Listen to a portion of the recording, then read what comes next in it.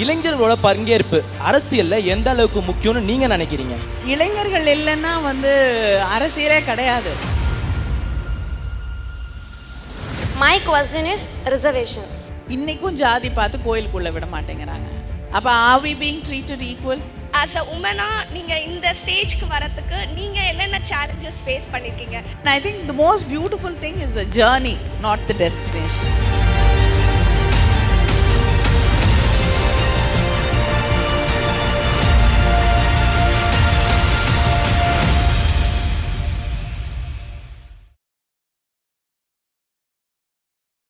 Ganeshvel, BCom General, Students Chairman of AM Jain College, ma'am. Okay.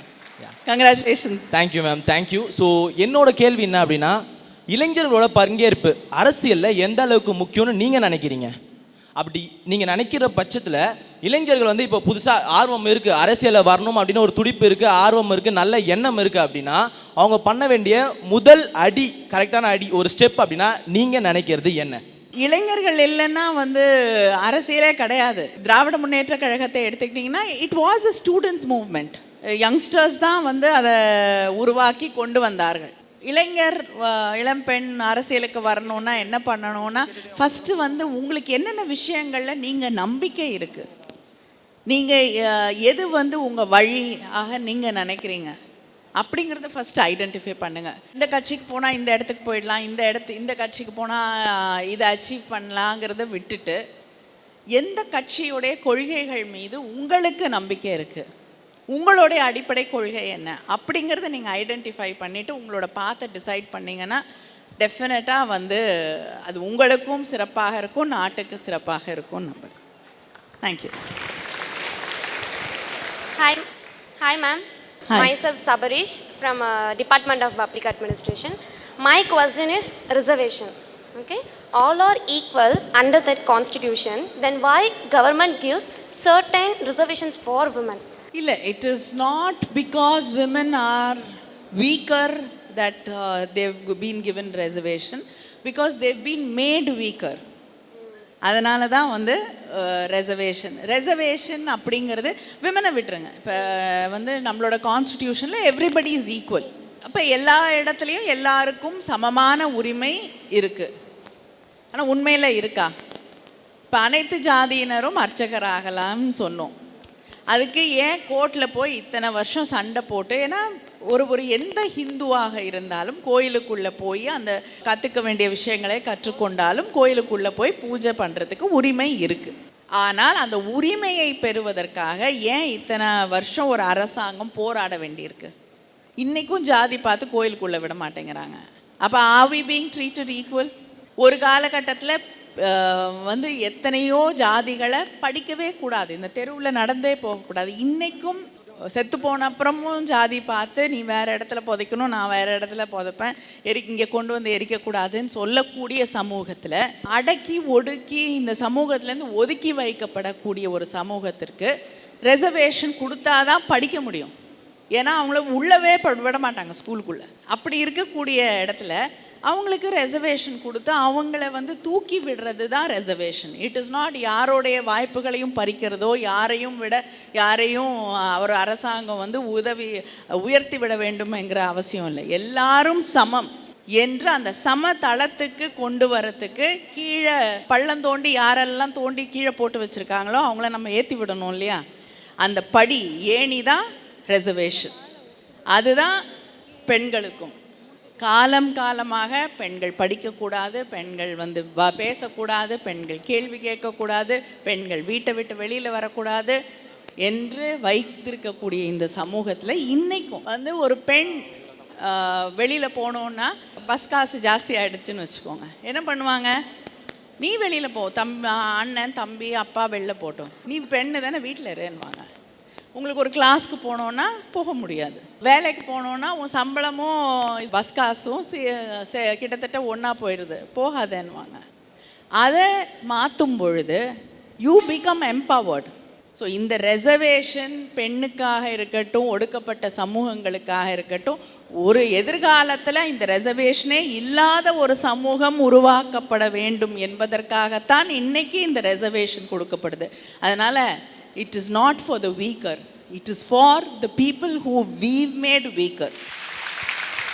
Ma'am, just I wanted to ask one question. How can CBSE student aspire for TNPSC exam as Tamil language is compulsory over there? CBSE student Yeah, ma'am. Tamil படிங்க, அவ்வளோதானே.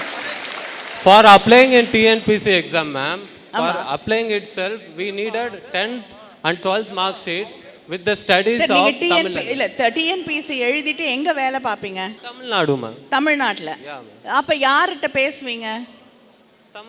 தமிழ் பேச தெரியும் ma'am. இல்ல அவங்க ஏதாவது எழுதி கொண்டு வந்து கொடுப்பாங்க, மனு எழுதி கொண்டு வந்து கொடுப்பாங்க இல்லையா மேம்? தமிழ் படிக்கலாம், பேசவும் கத்துக்கலாம், அது எதுவும் இல்லை மேம். இப்போ 10th +2ல அப்ளை பண்ணும் போதே மார்க் ஷீட்ல வந்து தமிழ் வேணும்னு கேட்குறாங்க. இப்போ தமிழ்நாட்டிலே படிச்சு வளர்றவங்க 1st to 12th CBSEலே தமிழ்நாட்டில் தான் ஸ்கூலும் இருக்கு, எல்லாம் ஸ்கூல்லையாச்சும் தமிழ் கற்று தரணும். இப்போ தமிழ் ஸ்கூலில் தமிழ்நாட்டில் வந்து தமிழ் வந்து CBSE தவிர மற்ற எல்லா பள்ளிகள்லையும் தமிழ் கம்பல்சரி. But in CBSEல you can always choose to learn Tamil. Nobody is stopping you from learning Tamil. No ma'am, but in இல்லையே 3 languages சொல்லி தராங்க, இங்கிலீஷ், ஹிந்தி, இன்னொன்று ஆப்ஷனல் லாங்குவேஜ். அந்த ஆப்ஷனல் லாங்குவேஜா நீங்க ஏன் தமிழ் எடுக்கிறது இல்ல? No ma'am, in my school optional language is not Tamil also. கேந்திர வித்யாலயாவா? Yes ma'am. Don't go to கேந்திர வித்யாலயா. இல்லை, நான் ஆக்சுவலாக இப்போ நான் ரீசெண்டாக பார்லிமெண்ட்டில் இந்த இஷ்யூவை ரேஸ் பண்ணியிருக்கேன். 2014 வரைக்கும் கேந்திரிய வித்யாலயாவில் மற்ற மொழிகளும் சொல்லி கொடுத்துட்டு இருந்தாங்க, ஹிந்தி தாண்டி ஜெர்மன் கூட சொல்லி கொடுத்துட்டு இருந்தாங்க. அதுக்கப்புறம் அதை எடுத்துட்டு இன்னைக்கு Sanskrit, Hindi, English, Sanskrit it's compulsory. அதை வச்சுட்டு என்ன செய்யறதுன்னு எனக்கு தெரியல. ஆனாலும் கம்பல்சரி ஆக்கி சொல்லி கொடுத்துட்ருக்காங்க. ஆனால் அங்கே இருக்கக்கூடிய அந்த மாநில மொழியோ அங்கே இருக்கக்கூடிய மாணவர்களுடைய தாய்மொழியோ சொல்லித்தரப்படுவதில்லை. அப்படியே சொல்லி தந்தா கூட ஏதோ போனால் போதுன்னு சொல்லி கொடுத்துட்டு எக்ஸாம்லாம் வைக்கிறது கிடையாது. இதை மாற்ற வேண்டும். அங்கே இருக்கக்கூடிய மாநில மொழி தாய்மொழியை சொல்லித்தர வேண்டும் அப்படின்னு நான் வந்து பாராளுமன்றத்தில் இதை வந்து எழுப்பி இருக்கிறேன். ஆனால் ஒன்றை நம்ம புரிஞ்சுக்கணும், நாம் எந்த மக்களோடு பணியாற்றுகிறோமோ. இப்போ நம்ம இங்கே இருக்கக்கூடிய IAS ஆஃபீஸர்ஸ் இன்னொரு கேடரில் போயிட்டு வந்து ஒடிசாவில் வேலை செய்யும் பொழுது அங்கே இருக்கக்கூடிய மொழியை, பெங்காலில் வேலை செய்யும் பொழுது அங்கே இருக்கக்கூடிய மொழியை கற்றுக்கொள்கிறார்கள். அங்கே மக்களோட நீங்கள் பணியாற்றணும்னா you can not work without knowing that language, இல்லையா? இங்கே வாழக்கூடிய இடத்துல மக்கள், சாதாரண சாமானிய மக்கள் பேசக்கூடிய மொழியை நான் கற்றுக்க மாட்டேன்னு சொன்னால் அப்புறம் அந்த இடத்துல பணியாற்றுவதற்கான நியாயம் உங்களுக்கு கிடையாது. மேடம், நீங்கள் முதல்ல பாராளுமன்றத்தில் வந்து என்னென்ன அனுபவங்கள் மேடம் நீங்கள் பெற்றீங்க? சக நாடாளுமன்ற உறுப்பினர்களோட உங்களோட நம்மளோட மாநில பிரச்சனை, அவங்களோட மாநில பிரச்சனை எப்படி மேடம் நீங்கள் கலந்துரையாடினீங்க? அதுதான் மேடம். தமிழ்நாட்டிலேருந்து பார்க்கும் பொழுது ஒரு விஷயத்தை எப்படி பார்க்குறோம், நாடு முழுவதும் மற்ற மாநிலங்கள்லேருந்து அதே பிரச்சனையை அவர்கள் அணுகும் பொழுது அதை எப்படி பார்க்குறாங்க, அது தாண்டி வந்து எல்லா மாநிலங்கள் இப்போ ஒரு பில் பாஸ் பண்ணுதுன்னா அது நம்மளை எப்படி அஃபெக்ட் பண்ணுதுங்கிறத தாண்டி இந்த நாடு முழுவதும் இருக்கக்கூடிய ஒவ்வொரு இடத்தையும் அதை எப்படி எஃபெக்ட் பண்ணுதுன்னு நம்ம பார்க்க வேண்டிய விஷயம். So it makes your perspective wider. உங்களுடைய புரிதலை வந்து அது இன்னும் நிச்சயமாக விரிவுபடுத்தக்கூடிய ஒன்று. பல்வேறு இப்போ மற்ற மாநிலங்கள்லேருந்து வரக்கூடியவர்கள் இப்போ கேரளாவில் ஒரு விஷயத்தை எப்படி அணுகிறாங்க, கல்வி அப்படிங்கிறத மற்ற மாநிலங்களில் எப்படி பார்க்குறாங்க, அதே போல் பெண்கள் உரிமை, ஜாதி, இது எல்லாமே வந்து வெவ்வேறு இடங்களில் இருக்கக்கூடிய வெவ்வேறு கண்ணோட்டங்கள், இதையெல்லாம் நாம் புரிந்து கொள்ள முடியுது அங்கே இருக்கக்கூடிய அரசாங்கத்துடைய பாலிசிஸ். அதனால் நிச்சயமாக பாராளுமன்றத்திற்கு போனது வந்து it has widened my perspective and understanding of all the issues. Ma'am, I am Shaktivel, second BCom CA. Ma'am, privatization பற்றி நீங்கள் என்ன மேம் நினைக்கிறீங்க? உங்களோட ஒப்பீனியன் கேட்குறேன். எல்லாத்தையும் கொண்டு போய் ப்ரைவேட் கையில் கொடுத்துட முடியாது. சில அடிப்படை விஷயங்களை வந்து அரசாங்கம் தான் செய்ய வேண்டும். பஸ்ஸஸ் எடுத்துக்கோங்க, ஒரு காலத்தில் ப்ரைவேட் கையில் தான் இருந்தது. இப்போ அவங்க எந்த நேரத்துலையும் ஏற்றலாம், இறக்கலாம், பஸ்ஸை நிறுத்தலாம், என்ன வேணாலும் பண்ணலாம். ஆனால் பொதுமக்களுக்கு, சாதாரண மக்களுக்கு பயன்படக்கூடிய வகையிலே இருக்கக்கூடிய ஒன்றை கொண்டு போய் தனியார் கையில் கொடுத்தா அது அவங்க நினைக்கிற விஷயங்களை செய்யக்கூடிய ஒன்றாகத்தான் மாறும். You will be at the mercy of the investors or whoever runs it. ஆனால் அந்த அடிப்படை விஷயங்கள், இப்போ ரயில்வேஸாக இருக்கட்டும், இந்த மாதிரி விஷயங்கள், அப்புறம் சில முக்கியமான மருந்துகள் தயாரிக்கக்கூடியது, இராணுவ தளவாடங்கள் செய்கிறதுல சில அடிப்படையான விஷயங்கள், இதை எல்லாத்தையுமே முழுமையாக, ஐம் நாட் சேயிங் எதுவுமே ப்ரைவேட் கையில் போகக்கூடாதுன்னு சொல்ல வரல, பட் அரசாங்கத்திடம் இருக்கக்கூடிய விஷயங்கள், இப்போ பெங்கால் கெமிக்கல்ஸ் இன்னைக்கு ப்ராஃபிட் மேக்கிங் இண்டஸ்ட்ரி, அதை கொண்டு போய், அதாவது சுதந்திரத்திற்கு முன்னாலேயே உருவாக்கப்பட்ட அந்த கெமிக்கல் இண்டஸ்ட்ரியை இன்றைக்கி கொண்டு போய் ப்ரைவேட்டைசேஷனில் நான் தனியாருக்கு கொடுத்துட போகிறேன்னு அப்படிப்பட்ட ஒரு முடிவுகள் எடுக்கும் பொழுது நிச்சயமாக நாம் எதிர்க்கத்தான் வேண்டும். வணக்கம், என் பேர் Sundar Raghavan, BCom general final year. உங்களுடைய பார்வையில் அடுத்த 5 வருடத்தில் தமிழகத்தோட வளர்ச்சி எப்படி இருக்கும்? அடுத்த 5 ஆண்டுகளில் தமிழகத்தின் வளர்ச்சி மிகப்பெரிய ஒரு இடத்திலே இருக்கும் என்று நிச்சயமாக நம்புகிறேன். ஏன்னா இந்த 10-11 மாதத்துலேயே ஒரு 130 MOUs சைன் பண்ணியிருக்காங்க. 68,000 கோடிக்கு மேலே இன்வெஸ்ட்மெண்ட்ஸ் தமிழ்நாட்டுக்கு வந்திருக்கு 11 மாதத்தில். FDI கிட்டத்தட்ட 41% அதிகமாக ஆகியிருக்கிறது. 2 லட்சம் பேருக்கு மேலே வேலை வாய்ப்புகளை உருவாக்கக்கூடிய இன்வெஸ்ட்மெண்ட்ஸ் தமிழ்நாட்டுக்கு வந்திருக்கு. அதனால் நிச்சயமாக it will be a very rosy and நம்பிக்கை தரக்கூடிய 5 ஆண்டுகளாக, வேலை வாய்ப்புகள் அதிகமாக இருக்கக்கூடிய 5 ஆண்டுகளாக, தமிழ்நாட்டுடைய உரிமைகளை பாதுகாத்திருக்கக்கூடிய 5 ஆண்டுகளாக தமிழ்நாடு இருக்கும். I'm A. Arvind Sriram, studying in AMJ College, second year BCom General. What are the steps taken to develop domestic business in Tamil Nadu, especially small scale industries? In the previous ADMK government's policy note, they had mentioned that because of GST and demonetization, nearly 50,000 MSMEs have closed down in Tamil Nadu. So I think we have to focus now, especially after COVID. I think the worst hit is the MSME, small scale industries and the medium scale industries. We have to concentrate on that, and the Tamil Nadu government today has entirely understood that. And once you bring in bigger industries, there are a lot of allied industries which are going to be small scale industries which will also benefit from it. And apart from that, we are concentrating on startups, smaller startups, and in reaching out to the small scale and medium scale industries to protect them and also to help them and revive them to come back. Thank you. Hello. Good afternoon, ma'am. Ma'am, casteism இல்லை அப்படின்னு சொல்கிறோம், but ஆனால் எதுக்கு ரிசர்வேஷன்ஸ்லாம் இருக்குது? இப்போது TNPSC exams and entrance எக்ஸாம்ஸ்லாம் எழுதி வந்தாலுமே certain category of பீப்புள்ஸ்க்கு quotas கிடைக்க மாட்டேங்குது. ஸோ அதனால் நல்ல மார்க்ஸ் எடுத்திருந்தாலுமே எந்த எக்ஸாம்ஸும் எந்த ஜாப்ஸுமே ட்ரை பண்ண முடியாமல் இருக்குது. காஸ்ட் இருக்கக்கூடாதுன்னு சொல்கிறோமே தவிர காஸ்ட் இல்லைன்னு சொல்லலை, இல்லையா? நீங்கள் ஜாதி சொல்ல வேண்டாம், ஆனால் நீங்கள் என்ன காஸ்ட்னு உங்களுக்கு தெரியுமா தெரியாதா? தெரியுமா?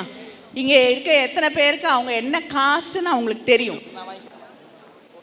எல்லாருக்கும் தெரியும், இல்லையா?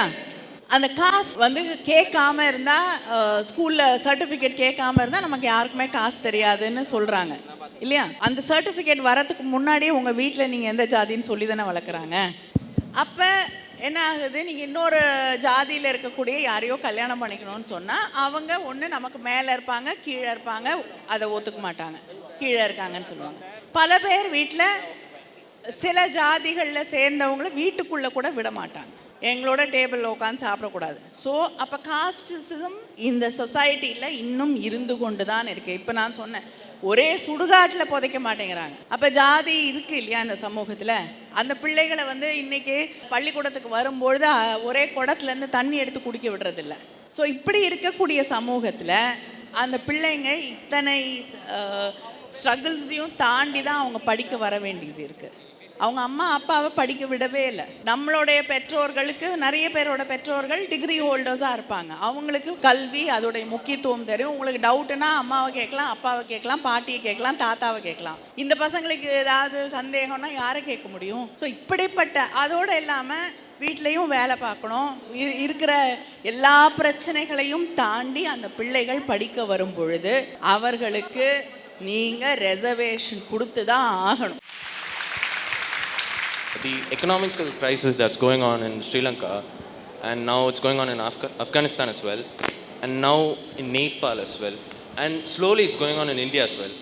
What do you think that India is going to take measures to not actually, like, the crisis should not happen? What are the measures that you will take? See, there are many mistakes. If you talk about Sri Lanka, there have been a continuous mistakes which have been committed and repeated. And I think you have to learn to look at issues as real issues. You should not divert people saying hate one another. That doesn't solve any economic problems or real issues for people. Unfortunately, that's what Sri Lanka has crossed and come. ஒன்றா இந்த மாதிரி தப்பான முடிவுகள் தான் இன்றைக்கி இந்த இடத்துல கொண்டு வந்து நிறுத்தியிருக்கு. நம்மளும் தப்பான முடிவுகள் எடுத்திருக்கோம். இவ்வளோ குழப்பங்களோடு இருக்கக்கூடிய GST demonetisation was a big blunder. We realize that today. So இதையெல்லாம் தாண்டி we have to understand what macroeconomics is. We have to work with that understanding. அதோடு இல்லாமல் when there is a crisis, people should have money in their hands to spend. Government should ensure that and ensure that welfare schemes reach the people. இதுதான் வந்து திரும்ப Covid நேரத்தில் திரு B Chidambaram அவர்கள் வந்து திரும்ப சொன்ன விஷயம் வந்து make sure people have spending power. We did not pay heed to that. But I don't think we are going towards such a gloomy situation. There are states which understand economics, which understand development, which will take us forward, like Maharashtra, Tamil Nadu, Kerala, Bengal. Adnala India will not reach where other countries have reached. We will definitely survive அப்படிங்கிற நம்பிக்கை நிச்சயமாக எனக்கு இருக்கு. I am Visekiraja, BCom A and F, ma'am.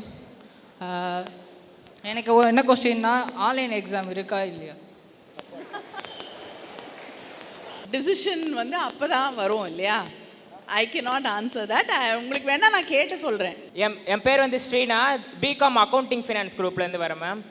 என்னோடய கேள்வி என்னென்னா, இப்போ வந்துட்டு அக்ரிகல்ச்சர் படிக்கிறதுக்கு கூட வந்து கட் ஆஃப் கேட்குறாங்க. ஆக்சுவலாக அக்ரிகல்ச்சர் படிக்கிறதுக்கு இன்ட்ரெஸ்ட் இருந்தால் போதாதா? கட் ஆஃப் கேட்டால் அப்போ படிக்காத மாணவங்க இன்ட்ரெஸ்ட் இருக்கிறது அவங்க கூட சேர முடியாது நல்ல காலேஜில். ஸோ அதுக்கு ஏதாச்சும் தீர்வு இருக்குமா மேம்? காம்படிஷன் அதிகமாகும் பொழுது மார்க் அதிகமாக கேட்குறாங்க. ஆனால் நிச்சயமாக கல்லூரிகள் அதிகமாகும் பொழுது இந்த கட் ஆஃப் மார்க் அப்படிங்கிறது கம்மியாகிட்டே வரும். அக்ரிகல்ச்சர் அப்படிங்கிறத வந்து இதெல்லாம் கிராமத்தில் இருக்கவங்க பண்ணக்கூடிய விஷயம், நமக்கு எதுக்குன்ற இந்த காலம் தாண்டி இன்றைக்கி அதுக்கு ஒரு காம்படிஷன் வந்திருக்கு இல்லையா? அது வந்து நிஜமாகவே சிறப்பான ஒன்று. ஆனால் definitely what you say should be considered. Madam வணக்கம் மேடம். ஆரம்ப காலகட்டத்திலிருந்து அரசு கலை கல்லூரிகளில் BCom general, BSc chemistry, BSc physics, botany, zoology இந்த அடிப்படை பட்ட படிப்புகள் மட்டுமே இன்று வரை இயங்கிக் கொண்டு வருகின்றன. தற்காலத்திய தொழில்நுட்ப முன்னேற்றத்திற்கு ஏற்றவாறு BCom accounting and finance, BCom computer application, BCA, BSc computer science, interior decor design, accounting and finance, information system management இது எல்லாமே தனியார் கல்லூரிகளில் மட்டும்தான் இருக்குது. இதை அடிப்படையாக வைத்துத்தான் இன்று வேலைவாய்ப்புகள் பெருத்த நிலையில் உருவாக்கப்படுகின்றன. இதையெல்லாம் அரசு கலை கல்லூரிகளில் கொண்டு வருவதற்கு ஆவண செய்ய முடியுமா? ஐ டெஃபினெட்லி அக்ரி தட் வந்து அரசாங்க கல்லூரிகள்லையும் இந்த மாதிரி ஸ்பெஷலைஸ்ட் டிகிரிஸ் வந்து சொல்லித்தரப்பட வேண்டும். இதை நான் ஆலோசனையாக ஏற்றுக்கொண்டு நிச்சயமாக உரியவர்களிடம், உரிய அமைச்சரிடம் எடுத்து சொல்கிறேன். Myself Nitish Kumar from BCom General, third year. So my question to you is, you had said now that due to demonetization and GST has been implemented, many MSMEs has been gone down. So my question is constant economic growth possible? If it is so, as a student, how can we able to contribute to the part of it?